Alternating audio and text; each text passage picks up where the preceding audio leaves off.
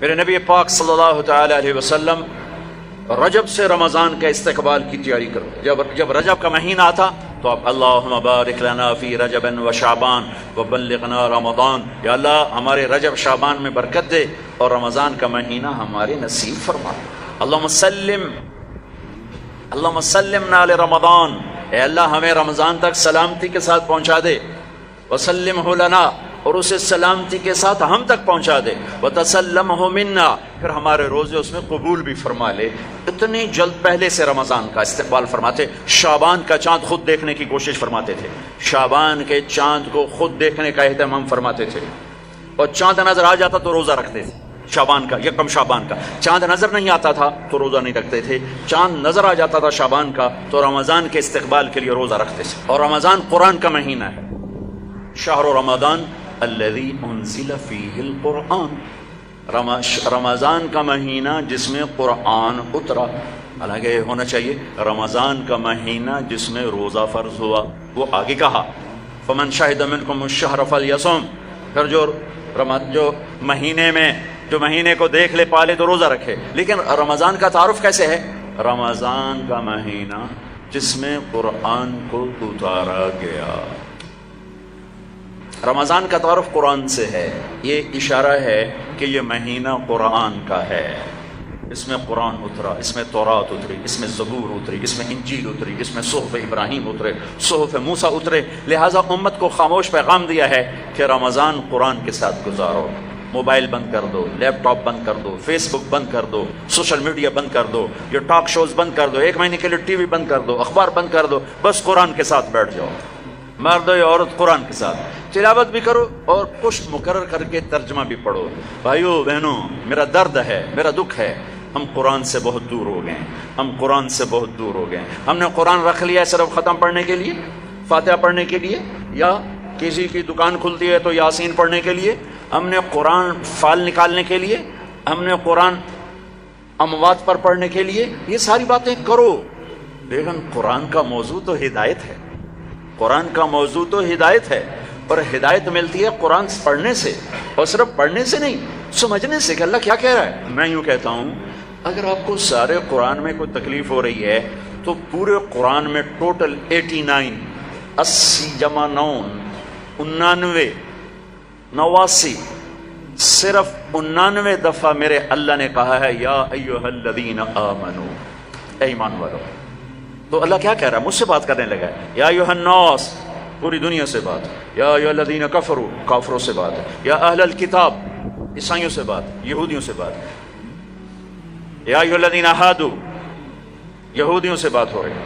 لیکن یا بنی آدم، ساری دنیا سے بات ہو رہی ہے. لیکن اب کہتے ہیں نا یا ایھا الذین آمنو. تو اس کی مثال ایسے جیسے آپ سب بیٹھے ہوئے. اب کتنے بیٹھے؟ میں کہتا ہوں بھائی نواز صاحب ذرا میری بات سنیں. میں ان کو یہاں بلا لیتا ہوں، یوں بات شروع کر دیتا ہوں. اب سب کے دل میں آئے گا کوئی خاص بات ہے، تو خاص بات ہو رہی ہے نا، خاص بات ہو رہی ہے.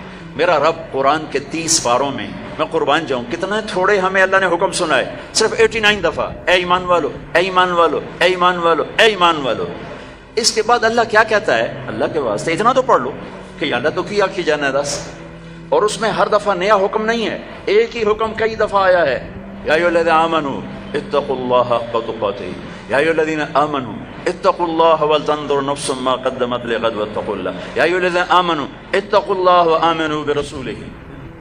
اتقوا اللہ، اتقوا اللہ، اتقوا اللہ، تکرار کے ساتھ. تو میرے بھائی بہنوں، اتنا تو قرآن دیکھ لو کہ یا ایھا الذین آمنوا کے بعد اللہ کیا کہتا ہے، کیا کہہ رہا ہے. جس کا ترجمہ پسند ہے اس کا پڑھ کے دیکھ لو کہ میرا اللہ مجھ سے کیا کہتا ہے. اللہ کے واسطے قرآن سے دوری ختم کرو. قرآن سے اخبار پڑھنے کے لیے بھی ٹائم ہے، ٹاک شو دیکھنے کے لیے بھی ٹائم ہے، فضولیات کے لیے بھی ٹائم ہے. کرو، آدھا گھنٹہ نکال لو، آدھا گھنٹہ، 15 منٹ، 10 منٹ، چلو ایک آیت. تو میرے بھائی بہنوں، اس مہینے کو قرآن کا مہینہ بناؤ. فمن شہد منکم الشہر فلیصم، مہینہ آ گیا، روزہ رکھو. فمن کان مریضا علی سفر فعدۃ من ایام اخر، مریض ہو سفر میں ہو بعد میں رکھ لو. ایک لفظ اور ہے وَلِتُكْمِلُوا الْعِدَّةَ، اس مہینے کو مکمل کرو، پورا کرو. لیکن لفظ ہے کمال. کمال کا کیا مطلب ہوتا ہے؟ صفات میں پورا کرنا. تمام کا کیا مطلب ہوتا ہے؟ اجزاء میں پورا کرنا. روزے کو کمال تک پہنچانے کے لیے 4 چیزوں کو چھوڑنا ہوگا. 4 چیزیں اگر ہیں، نہیں ہیں تو مبارک، ہیں تو چھوڑنا. میرے نبی نے فرمایا جو شراب پیتا ہے اس کا روزہ اوپر نہیں جاتا ہے. تو اگر کسی کو عادت ہے توبہ کرے. پھر شرابی تو تھوڑے ہیں، جو ماں باپ کا نافرمان ہے اس کا روزہ اوپر نہیں جاتا ہے. یہ بہت زیادہ ہیں. ماں باپ کی نافرمانی تو جنگل کی گھاس کی طرف پھیلی ہوئی ہے. شاید ہی کوئی خوش قسمت ماں باپ ہوں گے جن کی اولاد ان کی آنکھوں کی ٹھنڈک ہوگی، ورنہ آج کل اولاد سینے کا کانٹا بنے ہوئے ہیں اور کانٹے کی طرح چبھے ہوئے خنجر کی طرح کاٹ رہے ہیں. ماؤں کو روتے دیکھا ہے، تڑپتے دیکھا ہے. ماں باپ کو، مجھے ایک باپ کہہ رہا ہے، باپ میرے علاقے کے زمیندار فوت ہو گئے، پرانا تعلق، میرا پتر اگے چ سڑتا پہ ہوئے تو میں دعا نہ کرے سا بچ گیا. ہاں میرے سامنے بیٹھ کے کہ مولانا صاحب دی ماں بھی آندی ہے جا اگے سڑدا پہ اسی تو میں نہ اکسان لا سا میرے پتر نو بچا. تو ماں باپ کی نافرمانی یہ روزے کو نہیں پورے دین کو روک دیتی ہے. پورے دین کو روک دیتی ہے. صرف روزہ نہیں ہے، پورا دین رک جاتا ہے. ایک صحابی علقمہ رضی اللہ تعالیٰ عنہ، ان کی بیگم کا پیغام آیا ہے کہ میرے خامن مر رہے ہیں، کلمہ نہیں پڑھا جا رہا. صحابی جن کے بارے میں اللہ کہتا ہے کلن وعد اللہ الحسنى، میرے محبوب تیرا ہر صحابی جنتی. وعدہ کیا ہے؟ وعدہ. ان کی خطائیں معاف، یہ نہیں کہ ان سے گناہ نہیں ہوئے تو ہم نے معاف کر دیا، آپ کی توفیل معاف کر دی. تو آپ دوڑے ہوئے گئے، کہا بیٹا کلمہ پڑھو. کہا جی نہیں پڑھا جا رہا. بول رہے ہیں کلمہ نہیں پڑھا جا رہا. آپ نے پوچھا ماں باپ میں کون ہے؟ کہا جی ماں. آپ نے پوچھا ناراض ہے؟ کہا جی ناراض ہے. ہم بولو وہ آ گئی. تو آپ نے پوچھا علقمہ کی ماں تم ناراض ہو بیٹے سے؟ کہا جی ناراض ہو. کیوں ناراض ہو؟ اب وجہ سننا، آج کل کی وجہ نہیں، وجہ سننا. کہ یا رسول اللہ میرا بچہ بہت نیک ہے، رات کا اٹھنے والا تھا، دن کا روزے والا تھا، لیکن مجھ سے بات بدتمیزی سے کرتا تھا، سخت لہجے میں بولتا تھا. مجھے اس کا دکھ ہے، اس نے اپنی زبان سے میرا دل توڑا، زخمی کیا. اللہ اللہ. آج کی طرح نہیں کہ ماں باپ کو دھکے دیے جا رہے ہوں، گالیاں دی جا رہی ہیں، صرف اتنا کہ یہ مجھے بدتمیزی کے ساتھ مجھ سے بولتا تھا. تو آپ نے کہا معاف کرو گی؟ کہا میرا جی نہیں چاہتا. آپ نے کہا میں آگ لگا دوں اس کو، پھر سفارش کرو گی؟ کہا نہیں اتنی تو ناراض نہیں کہ آگ میں جلتا دیکھو. کہا پھر اگر تو نے اسے معاف نہ کیا تو اللہ اسے آگ میں جلا دے گا. کہا اچھا میں معاف کرتی ہوں، میں معاف کرتی ہوں. آپ نے کہا بیٹا کہو لا الہ الا اللہ. تو ان کی زبان سے نکلا لا الہ الا اللہ اور جان نکل گئی. پھر آپ نے ان کا جنازہ پڑھا اور جنازے کے بعد آپ نے اعلان فرمایا جس نے ماں باپ کو تکلیف دی اس پہ اللہ کی لعنت، فرشتوں کی لعنت، زمین آسمان کی لعنت. نہ ان کی نماز قبول ہے، نہ روزہ قبول ہے، نہ حج قبول ہے. تو روزے کو روکنے والی چیز ہے شراب، ماں باپ کی نافرمانی. لیکن ماں باپ سے بھی کہتا ہوں ایسے رویے مت اختیار کرو کہ اولاد گستاخ ہو جائے. آج کے 90% ماں باپ اپنی خطاؤں سے اولاد کو گستاخ بنا رہے ہیں. انہیں پتہ نہیں ہے کہ اولاد کو لے کے کیسے چلنا ہے. تربیت چڑھائی چڑھنے کو کہتے ہیں، رب واسے ہے تربیت. اور چڑھائی چڑھنے میں پسینے آتے ہیں، بدن ٹوٹتا ہے. اور آج کی تربیت ہے ڈنڈے مارو بے عزت کرو، ڈنڈے مارو بے عزت کرو، چاہے ماں باپ ہو، چاہے اسکول ہو، چاہے مدرسہ ہو، چاہے وہ مکتب ہو، بے عزت کرو. یہ چیز گستاخی پیدا کرتی ہے. میرے نبی نے کہا اکرموا اولادکم، اکرموا اولادکم، اپنی اولاد کو عزت دو. حضرت علی کا فرمان ہے لأنہم خلقوا لزمان غیر زمانکم، یہ تم سے اگلے زمانے کے لیے پیدا کیے گئے ہیں. اگر اپنے نام کو باقی رکھنا چاہتے ہو تو ان کو عزت دو. اور میرے نبی کیسے عزت دیتے تھے؟ بس فاطمہ رضی اللہ تعالیٰ عنہا گھر تشریف لاتی، کبھی کبھی تو نہیں آتی، دیوار کے ساتھ دیوار ہے، آنا جانا لگا ہوا ہے، لگا ہوا ہے، لگا ہوا ہے. جتنی دفعہ آتی ہیں اور جب آتی، جتنی دفعہ آتی ہیں اور جب آتی، میرے نبی کھڑے ہو جاتے، 4 پیر کھڑے ہو جاتے، کھڑے ہو جاتے. اور وہ فاطمہ ہیں، یہ میرے نبی ہیں، یہاں کھڑے ہو کر انتظار نہیں کرتے تھے، آگے بڑھ جاتے تھے، آگے بڑھتے تھے اور آگے بڑھ کر اپنی بیٹی کا ہاتھ پکڑتے، پھر یہاں بوسہ لیتے، پھر ان کا ہاتھ پکڑ کے لاتے، پہلے اپنی بیٹی کو بٹھاتے اور اس کے بعد خود بیٹھتے تھے. سبحان اللہ، کیا کمال ہے، کر کے دکھایا. ہم تو اپنے بیٹوں کا کبھی شاباش ہی نہیں دیتے. میں نے ایک دوست سے کہا یار اپنے بچوں کو کبھی شاباش بھی دیا کر. کہا کس گل کی شاباش دے؟ سارا دن ستے رہتے شاباش دے، فلموں میں دن شاباش دے، گانے سنتے شاباش دے. میں کہ یہ تو برائیاں ہو گئیں، کوئی اچھائیاں بھی دیکھ. اچھائیاں بھی ہوں گی، چونکہ ہر انسان کے اندر نیگیٹو تار بھی ہے، پازیٹیو تار بھی ہے. تو ان کی اچھائیوں کو واہ واہ کرو، وہ برائیاں خود چھوڑتے چلے جائیں گے. ہر وقت ٹوکا ٹاکی، ہر وقت ٹوکا ٹاکی، یہ کیوں نہیں کیا، یہ کیوں نہیں کیا، یہ کرنا تھا. اور ایک یہ پڑھائیوں نے تباہ کر دیا ہماری نسل کو، ہماری اولاد کو. 3 سال کا بچہ جسے ماں کی گود کی ضرورت ہوتی ہے، وہ ظالم ماں ہے جو 3 سال کے بچے کو اسکول کے حوالے کر دیتی. تیسرا جس سے روزہ برباد ہوتا ہے، جو رشتہ داروں سے لڑتا ہے. خون کے، ماں کے رشتے، باپ کا رشتہ، چچا باپ کا رشتہ، باپ کی طرف سے جو بھی رشتے آ رہے ہیں باپ کی طرف سے، ان سے لڑائی جھگڑے. ماں کی طرف سے رشتہ، خالہ، نانی، نانا، ماموں. باپ کا رشتہ، پھوپھی، پھوپھا، خالہ، خالو، جو ان سے سینگ پھنساتا رہتا ہے، لڑتا رہتا ہے، اس کا روزہ بھی اٹک جاتا ہے، اوپر نہیں آتا ہے. تو بھائی اگر کوئی ایسا لڑائی پڑائی کا چکر ہے، اس سے بھی توبہ کرو، اپنے روزے کو بچاؤ. چوتھا، جو کسی کے لیے دل میں نفرت پالتا ہے، دل میں بغض پالتا ہے، دل میں کینہ پالتا ہے، اس کا روزہ بھی اٹک جاتا ہے. اپنے دل کو بھائیوں بہنوں نفرت سے صاف کرو، بغض سے، کینہ سے صاف کرو. ماں باپ کی دعائیں لو، رشتہ داروں سے صلح کرو، اپنے روزہ بچاؤ تاکہ اللہ تقوی کا لباس دے اور اللہ کی بارگاہ میں پیشی ہو سکے. میرے محبوب صلی اللہ تعالی علیہ وسلم تو سارا سال ہی روزے رکھتے تھے، سارا سال ہی روزے رکھتے تھے. اور ہمیں اللہ نے سحری عطا فرمائی. پہلی امتوں کو سحری نہیں ملی، ہمیں اللہ تعالیٰ نے سحری عطا فرمائی. ہمیں بھی 24 گھنٹے کا روزہ ملا. افطاری کر کے آنکھ لگی، روزہ شروع ہو گیا، روزہ شروع ہو گیا جو پہلا ہوتا تھا. تو ہمارا بھی ایسے ہی ہوا. تو ایک صحابی ہیں قیس بن سرمہ، وہ آئے، مزدور تھے، افطاری کا سامان نہیں تھا، بیوی گئی سامان لینے، ان کی آنکھ لگ گئی، ان کو آنے میں دیر ہو گئی. سورج چھپ گیا، دیکھا تو سوئے پڑے. کہا ہے ابن سرمہ مارا گیا. کیا ہوا؟ کہ روزہ شروع ہو گیا. روزہ شروع ہو گیا. تو وہ دوپہر کو بے ہوش ہو گئے. اور ایک روایت میں تھا نماز پڑھنے گیا، گر کے بے ہوش ہو گئے. اللہ کے نبی کو پتہ چلا، بہت غمگین ہوئے. تو اللہ نے قرآن اتار دیا، چل میرے محبوب تیری امت کو اجازت ہے سحری تک کھاؤ، سحری تک کھاؤ. تو اللہ نے ہمیں سحری عطا فرمائی.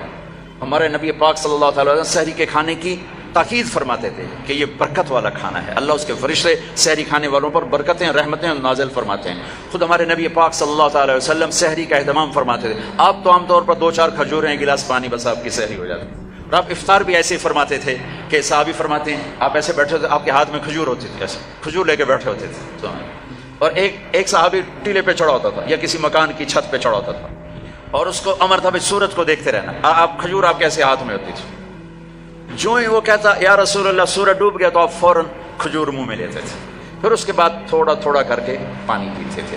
آپ نے پانی پہ افطار کیا ہے، آپ نے دودھ پہ افطار کیا ہے، آپ نے کھجور پہ افطار کیا ہے، آپ نے ستو بھی پیا ہے.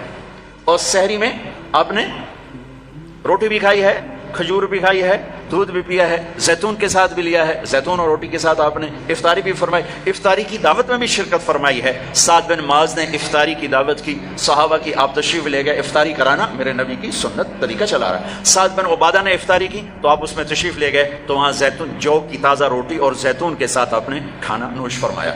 ایک عجب واقعہ بھی ہوا وہاں. تو وہ یہ ٹائم تو تھا نہیں کہ بھائی ٹائم ہو گیا ہے، تو وہ سورج کو دیکھتے تھے، اور جب بادل ہوتے تھے تو اندازہ کرتے تھے. تو میرے نبی کی موجودگی میں ہوا کہ سب نے خیال کیا سورج غروب ہو گیا، سب نے کھا لیا. تو ایک دم بادل ہٹے تو سورج کھڑا ہوا تھا. تو پھر سب نے اس روزے کی شوال میں جا کر قضا کی. پورے مدینے سے یہ کام ہوا کہ وہ سورج کی موجودگی میں روزہ کھول لیا. جب بادل ہٹے تو پتہ چلا سورج تو بھی کھڑا ہوا ہے.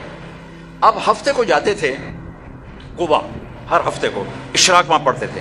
لیکن رمضان میں 17 رمضان، پتہ نہیں کیا وجہ ہے، اس میں کیا حکمت ہے، 17 رمضان آپ قبا تشریف لے جاتے تھے اور وہاں مسجد میں قیام فرماتے تھے تھوڑی دیر کے لیے، اور پھر وہاں سے آپ واپس تشریف لاتے تھے. اور آخری اشراف اعتکاف، ایک پورا مہینہ اعتکاف کیا، پھر اس کے بعد 10 دن اعتکاف کیا.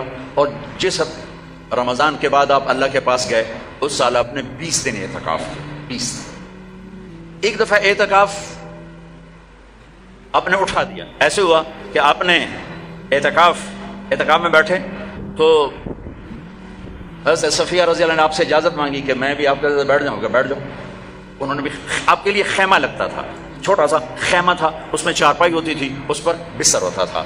اور کبھی آپ مغرب عشاء کے درمیان نہاتے بھی تھے، چونکہ گرمیوں کا رمضان پایا نا، سارا میں گرمیوں کا رمضان پایا، تو آپ اپنے اوپر پانی ڈلواتے تھے، اور کبھی یوں لیٹ جاتے اور سر آپ کا کھڑکی میں چلا جاتا، اور عائشہ رضی اللہ تعالیٰ عنہا آپ کا سر دھو کے کنگھی فرماتی، تیل لگاتی کنگھی فرماتی۔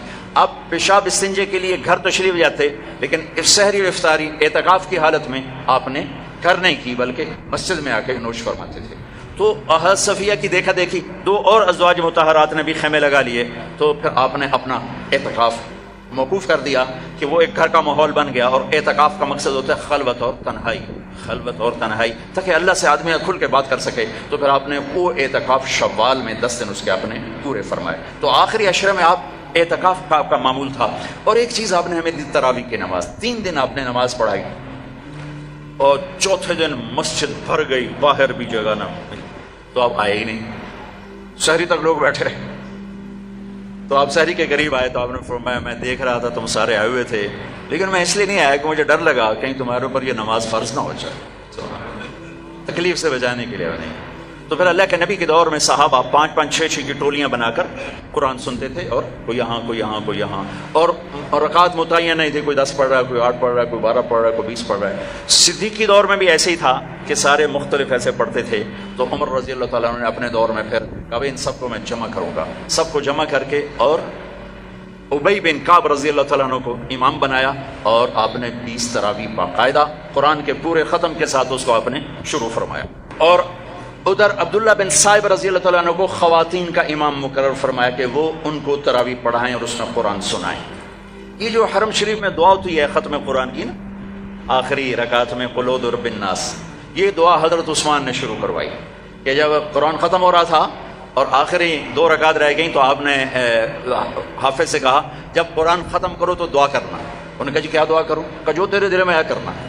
تو بھائی یہ حضرت عثمان رضی اللہ تعالیٰ عنہ کی سنت ہے کہ پھر انہوں نے یہ دعا منگوانا شروع فرمائی، اور اس وجہ سے اب تک یہ امت کا معمول چلا آ رہا ہے۔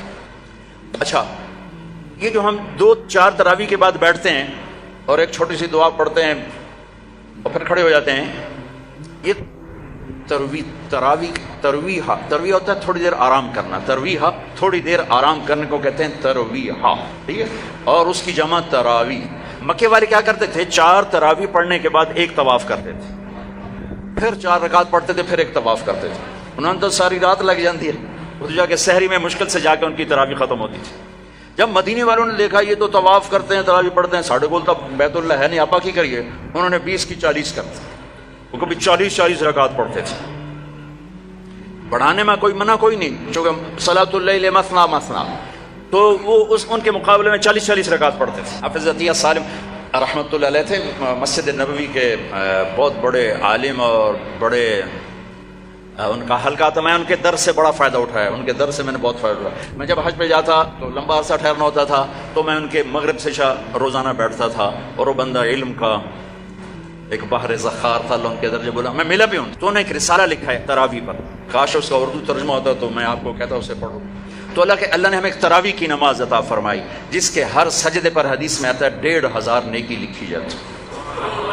ایک سجدہ کتنے؟ اور ہر سجدے پر 1 گھر بنتا ہے۔